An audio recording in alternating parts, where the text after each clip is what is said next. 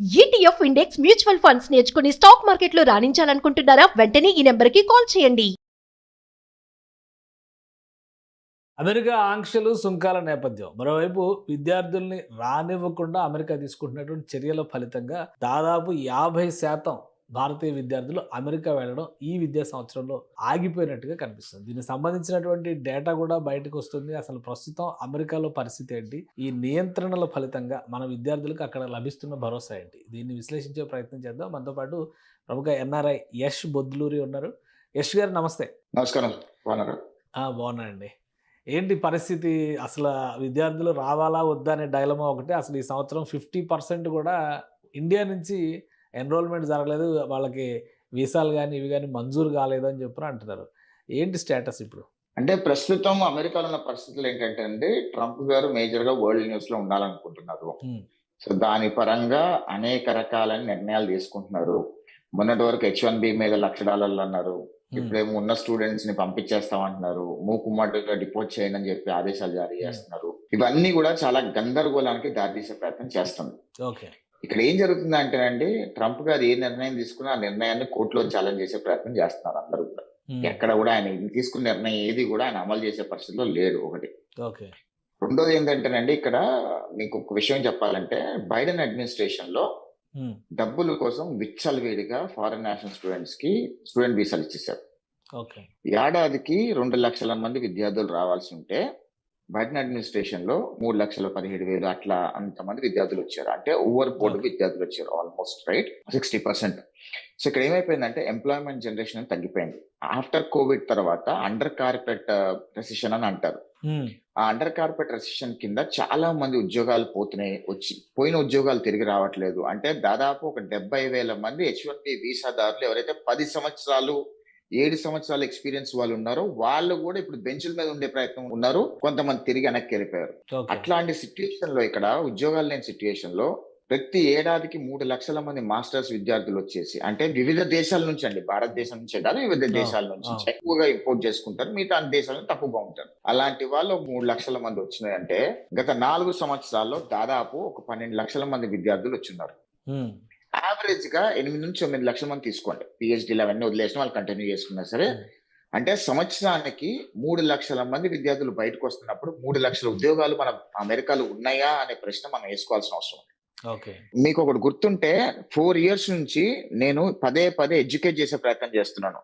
Masters కి అమెరికాకి రావద్దు, పరిస్థితులు బాలేవు, ఉద్యోగాలు లేవు. మాస్టర్స్ అవును. చదువుకునే వాళ్ళు ఫుల్ పేమెంట్ చేసుకునేటట్టయితే మాస్టర్స్ చదువుకొని మళ్ళీ వెనక్కి వెళ్ళిపోయే వాళ్ళైతే రండి అని చెప్పడం జరిగింది. అప్పుడు ఏమనుకున్నారు పేరెంట్స్ అందరూ, వీడికి ఏం అవసరం, మా పిల్లలు చదువుకుంటారు, వీడు ఎందుకు ఏడుస్తున్నాడు అనే ప్రాపదలో చాలా మంది బ్యాక్ ఫైర్ అయింది అది. అవును. కానీ దాని పరిణామము 3 ఇయర్స్ తర్వాత దాని పరిణామం చూడటం, అంటే దాని సొల్యూషన్ చూడటం మనం హ్మ్. మొదలు పెట్టాం. ఎఫెక్ట్ హ్మ్. చూడటం మనం మొదలు పెట్టాం. హ్మ్. ఆ ఎఫెక్ట్ లో ఎంతో మంది విద్యార్థులు ఇప్పుడు ఏమైపోయిందంటేనండి, అమెరికాలో ఈ వ్యతిరేకతంతో రావడానికి కారణం ఏంటంటే, హ్మ్. అమెరికాలో చదువుకున్న వాడు మాస్టర్స్ అయిపోయిన వాడికి ఉద్యోగం దొరకట్లా. వైట్ కలర్ జాబ్ ఉద్యోగం దొరకట్లా. ఓకే. వాడు ఒక 60 లక్షలు లోన్ తీసుకొని మాస్టర్స్ చేయడానికి వస్తే 60 లక్షల లోన్ ఎట్లా తీర్చుకుంటాడు? అంటే మోస్ట్ ఆఫ్ వచ్చే వాళ్ళందరూ మిడిల్ క్లాస్ వాళ్ళే వస్తారు. లోన్లు అవును. తీసుకొని వస్తారు. అవును. వాడు ఏం చేయాలి? ఇక్కడ ఏదో ఒక ఉద్యోగం చేయాలి కదా. హ్మ్. ఏం హ్మ్. ఉద్యోగాలు చేస్తున్నాడంటే, హ్మ్. అమెరికన్స్ ఎవరైతే వైట్ కలర్ జాబ్స్ చేయలేరో హ్మ్. వాళ్ళు $10కి, $9కి, $12కి ఈ రెస్టారెంట్ లో పనిచేయటము, లేదా ఇళ్లల్లో పనిచేయటము, గ్యాస్ స్టేషన్ లో పనిచేయటం ఉద్యోగాలు చేసుకుంటారు వాళ్ళు. హ్మ్. వాళ్ళ ఉద్యోగాల్ని వీళ్ళు మన దేశీయులు తీసుకొని $9కి, $10కి వాళ్ళకంటే తక్కువ చేసే ప్రయత్నం చేస్తున్నారు. వాళ్ళందరూ అన్ఎంప్లాయ్మెంట్ అయిపోయి, ఓకే. వాళ్ళు డ్రగ్స్ కి బానిసలు అయిపోయి, హ్మ్. వాళ్ళు అనేక రకాలుగా ఇబ్బందులు పడే ప్రయత్నం జరుగుతుంది. హ్మ్. ఇక్కడ ఏంటంటే, మన వాళ్ళు ఇక్కడ అమెరికాకు వచ్చి చదువుకొని వైట్ కలర్ జాబ్స్ చేయటానికి మాత్రమే వీసాలు ఇస్తున్నారు గానీ, హ్మ్. ఆర్ట్ జాబ్స్ చేయడానికి మాత్రం వీసాలు లేవు ఇక్కడ. ఓకే. కానీ ఇప్పుడు ఇంటర్నేషనల్ ట్రేడ్ కమిషన్ చెప్తున్న డేటా ప్రకారం చూస్తే కూడా ఈసారి చైనాకి అంటే లాస్ట్ ఆగస్ట్‌లో ఇచ్చినటువంటి వీసాలు, ఈ ఆగస్ట్‌లో వచ్చినటువంటి వీసాలు ముఖ్యంగా విద్యార్థులకు సంబంధించి. చైనా కంటే కూడా సగానికి సగం తగ్గించేశారు మనకి అనేది ఒక డేటా వచ్చింది. అంటే అసలు ఇప్పుడు ఇది ఎన్రోల్‌మెంట్‌లో వచ్చిన ప్రాబ్లమా? లేదా ఇండియన్స్‌కి ఇంటెన్షనల్‌గానే వీసా రిజెక్ట్ చేస్తున్నటువంటి పరిస్థితి ఉందా? అంటే నేను ఒకటి చెప్తానండి ఇక్కడ. చాలా ఫ్యాక్ట్ గా ఫేర్ గా మాట్లాడుకుందాము. ఉదాహరణ హైదరాబాద్ తీసుకోండి. మన హైదరాబాద్ లో కనీసం ఒక 1000 కన్సల్టెన్సీస్ ఉన్నాయి. ఇట్లా పిల్లల్ని అబ్రాడ్ పంపించే కన్సల్టెన్సీస్ 1000 ఉన్నాయి. దానిలో 1000లో నాకు తెలిసి ఒకటో రెండో నీతి నిజాయితీగా పనిచేసే కన్సల్టెన్సీస్. మిగతావన్నీ కూడా వాళ్ళు ఏం చేస్తారంటే, ఇప్పుడు మీకు బ్యాంక్ స్టేట్మెంట్ లేదనుకోండి, 40 లక్షలు బ్యాంక్ లో ఉండాలి అని అన్నారనుకోండి, 40 లక్షలు లేవనుకోండి, ఆ 40 లక్షలు వాళ్ళు బ్యాంక్ లో వేసి ఆ స్టేట్మెంట్ తీసి ఆ స్టేట్మెంట్ తిమ్మిని బొమ్మిని చేస్తారు. వాళ్ళు వీసా రాగానే ఆ 40 లక్షలు వాళ్ళు తీసేసుకుంటారు. 40 లక్షలు వేసినందుకు కొంచెం పర్సెంటేజ్ తీసుకొని ఆ రకమైన చేస్తూ ఆ రకంగా చాలా మంది గత సంవత్సరంలో కానివ్వండి, ఈ సంవత్సరంలో కానివ్వండి, చాలా మంది ఇక్కడ పోర్ట్ ఆఫ్ ఎంట్రీ అయిన తర్వాత కూడా వాళ్ళు వీసాలు క్యాన్సిల్ చేసి వెనక్కి పంపించిన దాఖలాలు కొల్లలు ఉన్నాయి. ఓకే. మేము పదే పదే ఇక్కడ ఏం చెప్తామంటే, డాక్యుమెంటేషన్ అనేది చాలా కీలకంగా ఉంటుంది ఒకటి. రెండోది, ఫస్ట్ అండ్ ఫార్మోస్ట్ వీసాలు ఎక్కడ రిజెక్ట్ అవుతుందో చెప్తాను మీకు. వీసా రిజెక్షన్ అనేది ఎట్లుంటది అంటేనండి, వీళ్ళందరూ ఏం చేస్తారంటే ఒక 4 కాలేజెస్ కి అప్లై చేస్తారు. 4-5 I-20లు వస్తాయి. దానిలో ఏదో ఒక దానికి I-20 పెట్టుకొని వీసాకి వెళ్తారు. ఆ వీసా క్రైటీరియా ఏంటంటే, ఈ పలానా స్కోర్, ఈ వీసా క్రైటీరియా, పలానా కాలేజ్, పలానా పే ఇంత ఉంటది అని చెప్తారు. ఈ మొత్తం డాక్యుమెంటేషన్ లో అమెరికన్ ఎంబసీలో వాళ్ళు ఎన్నో సంవత్సరాల నుంచి ఉద్యోగాలు చేస్తున్నారు వీసాలు ఇచ్చేవాళ్ళు. గ్లాన్స్ ఇవ్వగానే ఎక్కడ తప్పు చేశారు, ఎక్కడ ఇది మార్క్ చేశారు, ఫేక్ చేశారు అని క్లియర్ గా తెలిసిపోద్ది. ఓకే. వాళ్ళు అడిగినప్పుడు పిల్లలు తడబట్టడంతో అక్కడ చాలా మంది రిజెక్ట్స్ అయిపోతున్నాయి. నాకు తెలిసిన ఒక 2-3 పిల్లలు కూడా మాస్టర్స్ కోసం వెళ్ళి కన్సల్టెన్సీ వాళ్ళు ఏ డాక్యుమెంటేషన్ చేశారో కూడా పిల్లలకి చెప్పకపోవడం వల్ల, పిల్లలకి కన్సల్టెన్సీ వాళ్ళు ఏ డాక్యుమెంటేషన్ చేశారో తెలియకపోవడం వల్ల వీసాలు రిజెక్ట్ అయిన దాఖలాలు చాలా ఉన్నాయి. అంటే ఈసారి చైనాకి, నాకు తెలిసి మీరు చెప్పిన నెంబర్ నేను కూడా చూసాను, 80,000 మంది చైనాకి విద్యార్థులకి వీసాలు ఇచ్చారు ఈసారి, స్టూడెంట్ వీసాలు. భారతీయులకు అంతమంది కూడా రాలేదు అని. భారతీయులు ఫస్ట్ అప్లై చేసుకోవడం తగ్గించారండి. ఎందుకంటే ఇక్కడ ఉన్న న్యూస్, రస్కస్ క్రియేషన్ చాలా భయంకరంగా జనాల్లోకి వెళ్ళింది. అదే విధంగా రీసెంట్ గా నిన్న కూడా ఒక స్టూడెంట్, మాస్టర్స్ చదువుకున్న స్టూడెంట్, డాక్టరేట్ చదువుతున్న స్టూడెంట్ ని గ్యాస్ స్టేషన్ లో పనిచేస్తుంటే తెల్లోడు వచ్చి సరదాగా కాల్ చేసి వెళ్ళిపోయాడు. నేను సరదాగా కాల్ చేసి వెళ్ళిపోయాడు అని ఎందుకు అంటున్నానంటేనండి, వాడికి వీళ్ళు చేసే ఉద్యోగాలు చేయడం నచ్చక కాల్ చేసి వెళ్ళిపోయాడు. ఒక 2-3 డేస్ బ్యాక్ కూడా ఒక తెలుగు స్టూడెంట్, తెలంగాణ స్టూడెంట్ ని కాల్చి చంపేశారు. ఆయన పని ఆ అబ్బాయి చేసుకుంటాడు గ్యాస్ స్టేషన్ లో, సరదాగా వచ్చి కాల్ చేసి వెళ్ళిపోయాడు. పాపం ఇది ఎఫెక్ట్ ఎక్కడి నుంచి వచ్చిందని నేను ఇంకొక ఉదాహరణ చెప్తాను. ఇది ఒక్క 1 స్టెప్ బ్యాక్ తీసుకెళ్ళి, ఎందుకంటే జనాలకు ఎడ్యుకేషన్ కావాలి. మన భారతీయులు ఇర్రెస్పెక్టివ్ తెలుగు వాళ్ళు కానీ, గుజరాతీలు కానీ, మనం అమెరికా వచ్చినప్పుడు అమెరికా హార్మోనిని మెయింటైన్ చేయాల్సిన అవసరం ఉంది. అమెరికా హార్మోనింగ్ మెయింటైన్ చేయకుండా ఇక్కడ తెలుగు వాళ్ళు అయితే వినాయక చవితి వచ్చింది అనుకోండి, రోడ్లు మొత్తం బ్లాక్ చేసేసి వనభోజనాలు రోడ్ల మీద పెడతారు. ఆ రోడ్డు మీద 5 మంది తెల్లోళ్ళు ఇల్లు ఉంటాయి, ఒక రష్యన్ ఇల్లు ఉంటది, ఒక ఇంకోటి ఎవడ ఇల్లు ఉంటది. వాళ్ళందరూ బ్లాక్ చేసిన వాళ్ళు అవుతారు కదా. వాళ్ళందరికి ఎంత ఫ్రస్ట్రేషన్ రావాలి. ఇవన్నీ కూడా ఎక్కడికి పైలప్ చేస్తుంది అంటే, ఎక్కడో వర్జీనియాలోనో డాలస్ లో జరిగిన ఈ సంఘటన మిల్వాకీలో కూర్చున్న తెల్లోడికి ఫ్రస్ట్రేషన్ తెప్పించి వాడి దగ్గర గన్ ఉంటే, ఆడు ముందు దేశాడు ఉంటే ఆడు చంపేస్తారు. ఇక్కడ చేసిన వాడికి ఎవడో అమాయకుడు బలైపోతున్నాడు కదా అక్కడ. నేను పదే పదే ఈ విషయాలు అన్ని చెప్తుంటే జనాలకి నచ్చకపోవచ్చు, కానీ వాస్తవాలు ఇవన్నీ కూడా. కానీ మనం అమెరికాలో బిఏ రోమన్ ఇన్ రోమ్ అంటారు కదా, మన వాళ్ళు అక్కడికి వెళ్ళిన కూడా అమెరికన్ కల్చర్ లేదా అమెరికన్ కండిషన్స్ ని అప్లై చేయకుండా మన సొంత పైత్యాన్ని జోడిస్తున్నారంటారా మీరు? 100% పైత్యాన్ని జోడిస్తున్నారు. ఇంకొక మంచి ఉదాహరణ చెప్తానండి, నాకే జరిగిన ఉదాహరణ అది. 2 రోజుల క్రితం నేను బార్కి వెళ్ళానండి, ఫ్రెండ్స్ అందరం కలిసి తీసుకెళ్ళి బార్కి వెళ్తే, అక్కడ నేను కార్లో దిగ్గానే తెల్లలో ఉన్నారు వాళ్ళు. వాళ్ళకి oh you're riding a beautiful Range Rover అన్నారు వాళ్ళు. అంటే మనం రేంజ్ రోవర్ కార్ నడపడం కూడా వాళ్ళకి ఇష్టం ఉండదు, ఎందుకంటే మనం సంపాదించే సంపాదన అంత దాకా రాలేకపోతారు వాళ్ళు. సో వాళ్ళకు కూడా కార్లు నడపాలని ఉంటది. వాళ్ళు ఏం ఫీలింగ్ లో ఉంటారు, అరే వీళ్ళందరూ ఇక్కడికి వచ్చి మా డబ్బులన్నీ తీసుకొని ఇక్కడ జల్సాలు చేస్తున్నారనే ఫీలింగ్ లో వాళ్ళు ఉంటారు. బేసికలీ మనం ఎంత కష్టపడుతున్నాం అనేది వాళ్ళకి తెలియకపోవచ్చు, మన ఈ సంపాదన వెనుక ఎంత కష్టం ఉందనేది వాళ్ళకి తెలియకపోవచ్చు, కానీ వాళ్ళు ఆ ఫీలింగ్ లో ఉంటారు కదా.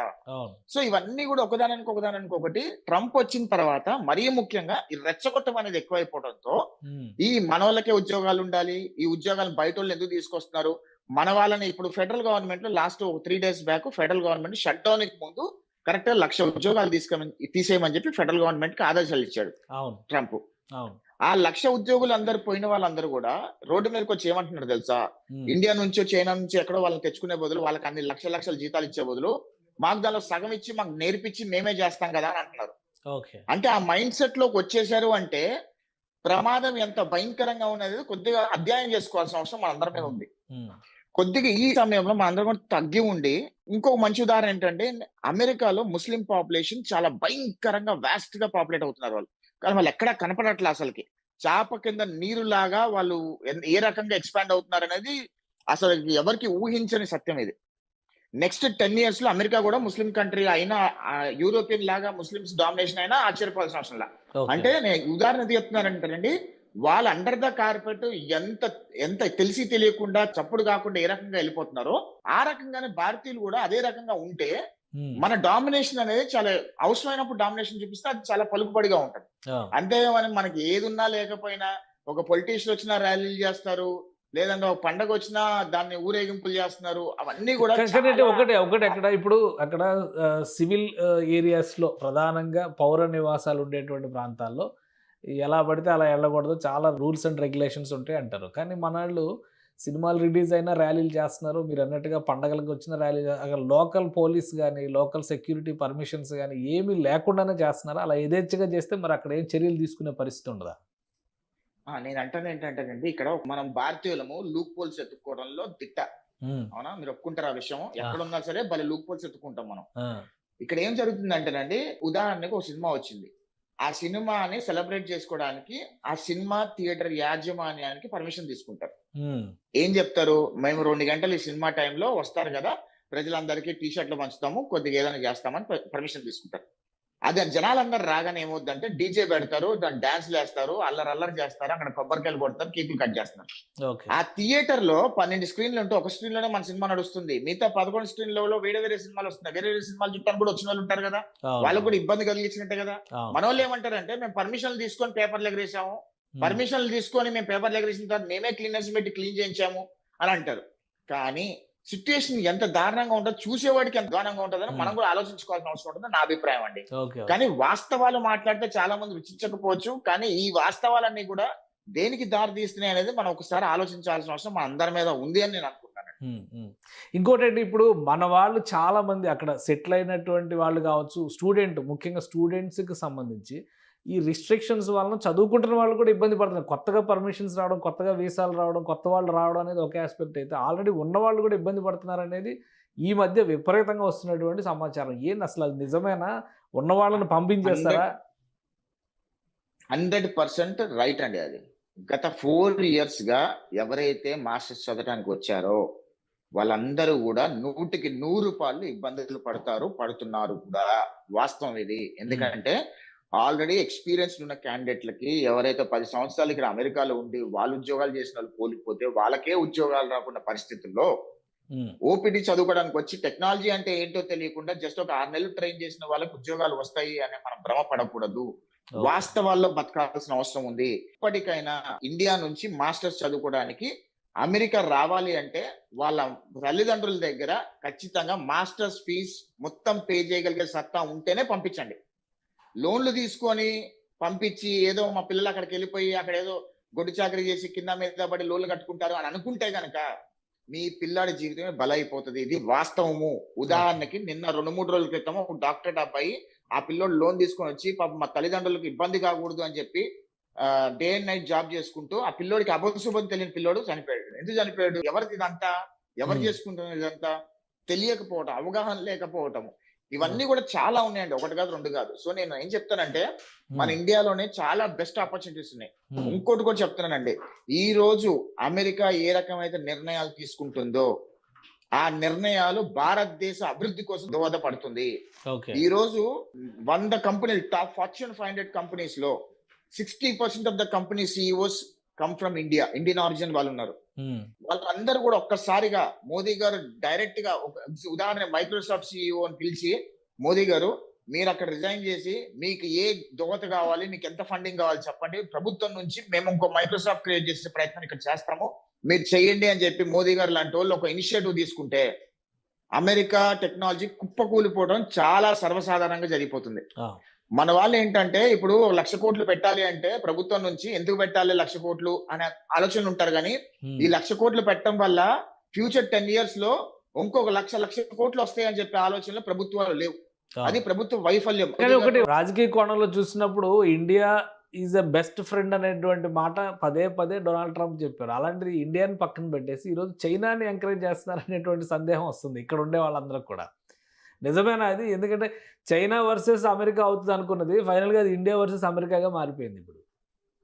మీకు ఒక విషయం చెప్తానండి. డొనాల్డ్ ట్రంప్ గారు ఎత్తులు పై ఎత్తులు వేసే ప్రయత్నం చేస్తారు. ఇప్పుడు ఏమనుకున్నారు ఆయన, ఫస్ట్ ఆఫ్ ఆల్ ఇండియాకి చైనాకి రైవల్రీ క్రియేట్ చేయాలని ప్రయత్నం చేశారు. ఉమ్, సో ఇండియాకి చైనాకి రైవల్రీ క్రియేట్ చేయాలని ప్రయత్నం చేసి దానిలో సక్సెస్ కాలేకపోతే ఇజ్రాయెల్ వీళ్ళందరూ వచ్చేసి, రష్యా అందరూ వచ్చి కలవటము, ఉమ్, ఇదంతా బ్రిక్స్ నేషన్ గా చైనా కూడా రావటము, ఇండియన్ రూపీ బ్రిక్స్ నేషన్ లో అప్రూవ్ చేయటం, ఇవన్నీ చేసిన తర్వాత చూసి ఓచుకోలేక, సరే మన చైనాని గనక మనం చేస్తే గనక ఇండియాతో రైవల్రీ అవునట్టు ఉంటది అనే ఉద్దేశంలో ఆయన వచ్చాడు.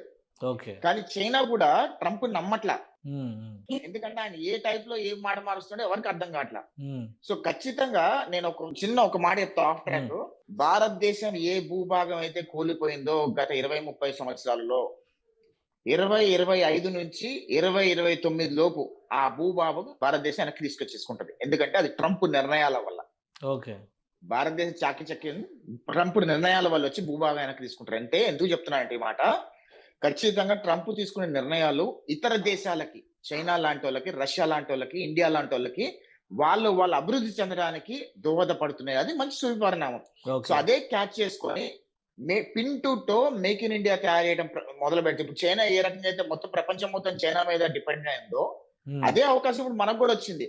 మన ఓకే. భారతదేశంలో రాజకీయ నాయకులు కూడా ఒక మెట్టు ఎక్కి కొంచెం బ్రాడ్ మైండెడ్ గా ఆలోచించి అన్ని వాళ్ళకి సమకూరుస్తే, పిల్లలు ఎవరైతే అమెరికా వెళ్ళి ఇప్పుడు చిన్న చిన్న స్టార్ట్అప్ కంపెనీలు స్టార్ట్ చేస్తున్నారో వాళ్ళందరికీ ఇండియాలోనే వాళ్ళకి చేయూతిచ్చి వాళ్ళకి హ్యాండ్ హోల్డింగ్ ఇస్తే వాళ్ళు అద్భుతాలు తయారు చేస్తారు. రైట్. అది మన ఇండియన్ రాజకీయ నాయకులు ఎప్పుడు రాజకీయం మీద ఫోకస్ పెడతారు కానీ ఉమ్, ఇట్లాంటి దాని మీద ఫోకస్ పెట్టరు. అది దురదృష్టం. రైట్. రైట్. ఇక ఇప్పుడు అమెరికాలో ఉంటున్నటువంటి ఇండియన్స్కి ఇప్పుడు జరుగుతున్నటువంటి పరిణామాలు, ఈ ట్రంప్ అడ్మినిస్ట్రేషన్ నిర్ణయాలు, ఈ వాడి వేడి చర్చలు ఇవన్నీ కూడా తాత్కాలికమే అనుకోవాలా, లేదా దీని ఎఫెక్ట్ లాంగ్ టర్మ్లో కూడా కనిపిస్తుందా? 3 సంవత్సరాలు ట్రంప్ దిగిపోయే వరకు ఇవన్నీ రస్కస్ ఉంటుందండి. ఖచ్చితంగా ఈ నిర్ణయాలన్నీ కూడా చేస్తూనే ఉంటారు. భయభ్రాంతులకు గురవుతూనే ఉంటాయి. కొంతమంది ఆ ఫార్మాట్ లో కొంతమంది బలైపోతారు, ఆ ఫార్మాట్ లో కొంతమంది డిపోర్ట్ అయిపోతారు. అవన్నీ ఉంటూనే ఉంటాయి. కాకపోతే నేను చెప్పేది ఏంటంటే, ప్రస్తుతం అమెరికాలో ఉన్న భారతీయులు కొద్దిగా లో గ్రౌండెడ్ మెయింటైన్ చేస్తే మంచిది. ఓకే. మనం ఎవ్వరికీ కనపడకుండా మన పని మనం చేసుకుంటూ వెళ్ళిపోతే మంచిది. ఉమ్, ఉమ్, ఇంకోటి, అమెరికా రావాలనుకుంటున్న మాస్టర్స్ విద్యార్థులు తల్లిదండ్రులకి మరీ ముఖ్యంగా చెప్తున్నా నేను, మీకు మీ కొడుకుని కొడుకు అని కూతురు మాస్టర్స్ చదివించే స్తోమత, అంటే మీ అంతటి మీరు ఫీజు పే చేసే స్తోమత ఉంటేనే పంపించండి. రైట్. లేదు మేము అప్పు చేసి పంపిస్తాము, మా పిల్లలు అక్కడ ఏదో చచ్చి చెడు ఆర్ట్ జాబ్ చేసుకుని పంపిస్తాము అనుకుంటే కనుక మీ పిల్లాడి జీవితం మీరే చేతులారా నాశనం చేస్తున్నారు అనే విషయం రైట్. మీరు గుర్తు పెట్టుకోండి. నాకు ఎటువంటి మొహమాటం లేదు, వాస్తవం చెప్పే ప్రయత్నం చేస్తాం. మీకు నచ్చినా నచ్చకపోయినా వాస్తవం ఇది. Right. Right. Thank you Yash గారు, విశ్లేషణ అందించినందుకు, అమెరికాలో పరిస్థితులను వివరించినందుకు. ఇది అమెరికాలో ఉన్నటువంటి యూనివర్సిటీలు, అలానే అమెరికాలో ప్రభుత్వం తీసుకున్నటువంటి నిర్ణయాలు, లోకల్ పీపుల్కి ఆపర్చునిటీస్ కల్పించాలనేటువంటి లక్ష్యం. మరోవైపు నుంచి మన వాళ్ళు అమెరికన్ విధానాలని సరిగా అర్థం చేసుకోలేకుండా మన దేశంలో ప్రవర్తించినట్లుగా ప్రవర్తించడం వల్లనే కొత్త సమస్యలు ఉద్భవిస్తున్నాయని చెప్పని యష్ చెప్తున్నారు. ఇక చదువుకునేటువంటి పిల్లలు తమ సామర్థ్యాన్ని, ఆర్థిక స్థితిగతుల్ని అంచనా వేసుకుని చదువుకుంటే అమెరికా అయినా, ఇండియా అయినా ఆపర్చునిటీస్ మాత్రం ప్రపంచం అంతా ఉంటాయి. కాబట్టి జాగ్రత్తగా నిర్ణయాలు తీసుకోండి అని సూచిస్తున్నారు. ఇది స్పెషల్ డిస్కషన్. Keep watching.